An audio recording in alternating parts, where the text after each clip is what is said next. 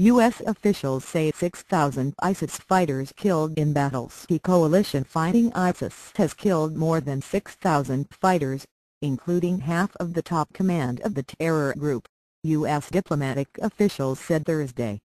TSRD and the sciutto ISIS strategy _00013310 U.S. officials.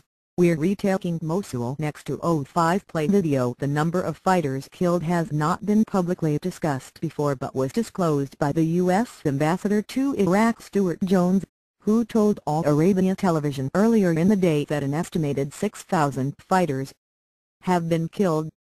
Jones said the military effort was having a devastating impact on ISIS. The estimate was calculated by U.S. Central Command and finds ISIS fighters have been killed in Iraq and Syria by coalition airstrikes, according to a U.S. military official. CENTCOM has kept a running estimate of fighters killed, but has not made it public. U.S. intelligence estimates that ISIS has a total force of somewhere between 9,000 to 18,000 fighters. However, it is also believed the group can draw on thousands of other fighters whose loyalty shifts and could muster a force upwards of 31,000 total. Defense Secretary Chuck Hagel would not confirm the 6,000 deaths estimate, instead saying thousands have been killed. On whether the body count is a sign of progress, Hagel said, "It's a measure but I don't think it's the measure. I was in a war where we did body counts and we lost that one," Hagel said, referring to his service in Vietnam.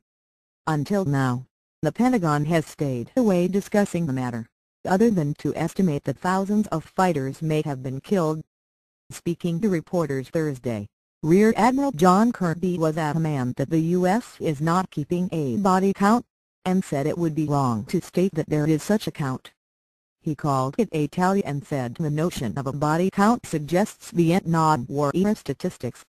In that war the Pentagon offered body counts as a measure of its success against the Viet Cong. Kirby said the tally was not aimed at showing any metric of success against ISIS. All of this comes after Iraq has criticized the U.S. for not doing enough to help their fight against ISIS. The U.S. has long said airstrikes are aimed at degrading ISIS as a threat, but would not by themselves get rid of the organization.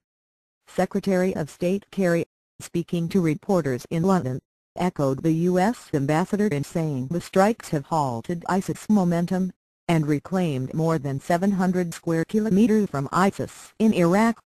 In Iraq, airstrikes around Mosul have been stepped up significantly in support of Peshmerga fighters on the advance in the region.